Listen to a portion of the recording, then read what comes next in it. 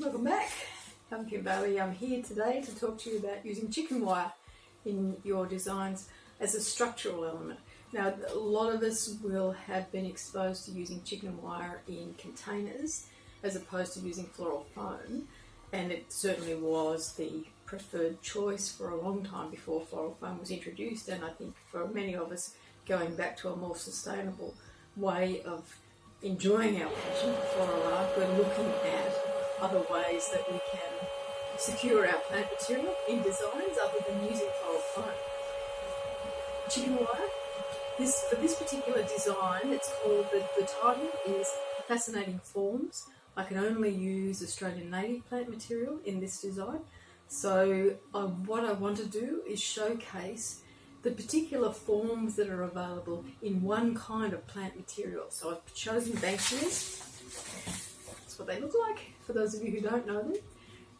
There are a number of different types of Banksias, and so I will feature a few different types of Banksias.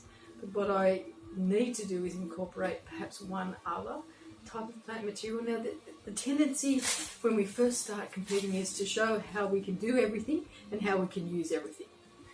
And as time goes on, you will start to get comfortable with certain plant material and working with certain plant material. And for me, that is Australian natives. I just see more art in them than I do in traditional plant materials.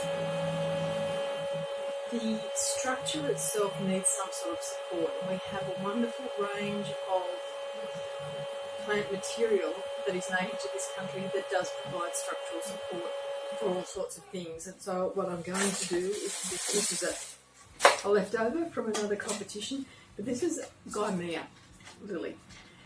Only grows in a couple of places in this country. It is incredibly strong. I don't know if you can see the ends of it, how fibrous it is.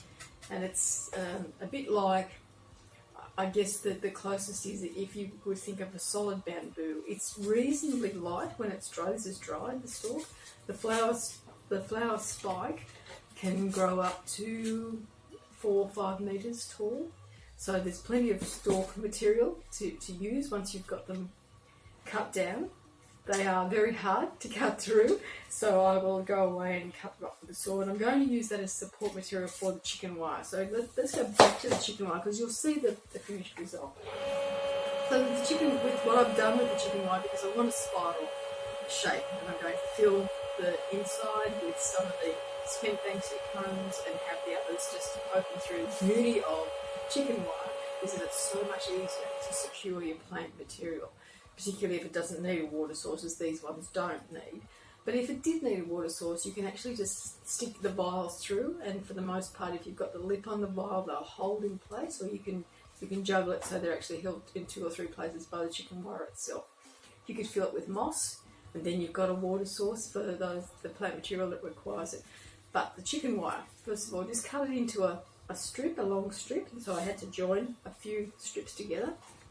Folded it over itself, and there's lots of tutorials out there about using chicken wire and what to do with chicken wire, but because you get little ends where you cut it, that's the best thing. And you just, with strong fingers or with gloves on, you just fold it into itself. So fold them over so that wire is actually holding it in place.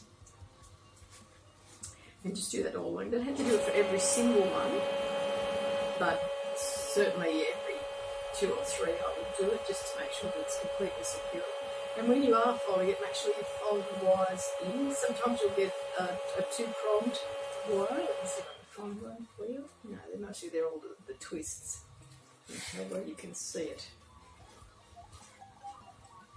So with that, I would just fold it straight in. But what you could do is alternate, so fold one in and one up under the wire, just so that you're getting a good solid join all the way along, particularly if you're going to put moss in.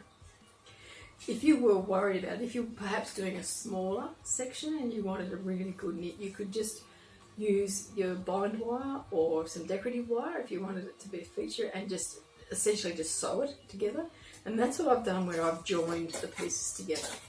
So when I've got to 2 ends, I've just tied off some, this is fencing wire, naturally enough, and because it's nice and thin and pliable, and I've got good access to it here, at the foam, just essentially just sewn it through, just using the wire to join those two pieces together, and the same in that area there. You can see it's a bit shinier than the rest of the chicken wire, but that will oxidise after a while, so it will go the same colour, but not that will be detrimental because it will be covered up in this particular design. Then once you've got the length that you want, in this case the spiral, then it's just a matter of a couple I've missed there.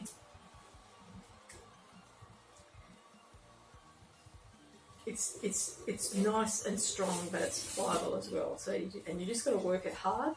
Just don't be gentle with it. And what I've just got to do is make a whole lot of circles. Squeeze it a bit as I go, so I get a reasonably good cylinder, because that's the bit I want to fill in at a later point. And you'll know if you haven't put all of the ends in, because they'll catch you when you least expect it. So I'm making quite a tight spiral at this point because I can stretch it out later.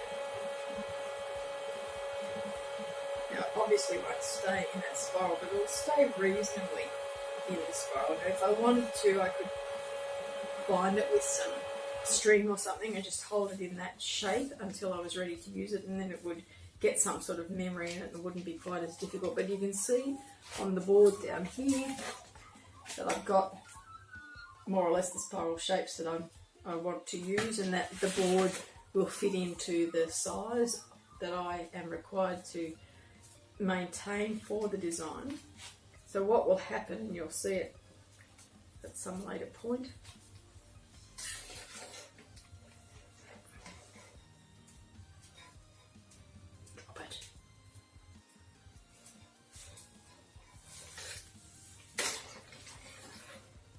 is the spiral will cover those two areas. It will give me some height, and I'll be able to display the plant material pretty effectively in that shape with the gymea stalks to hold it. But essentially today I just wanted to show you how to do some shapes in the chicken wire. There's other methods that you can do where you actually put your plant material in and flatten it out and you can get flat shapes, but for this particular design I need it to be hollow so I can fill the spiral with some plant material as well as have it hanging out over the edges. So there we go, working with chicken wire for structures in your floral designs. I'll see you again next time.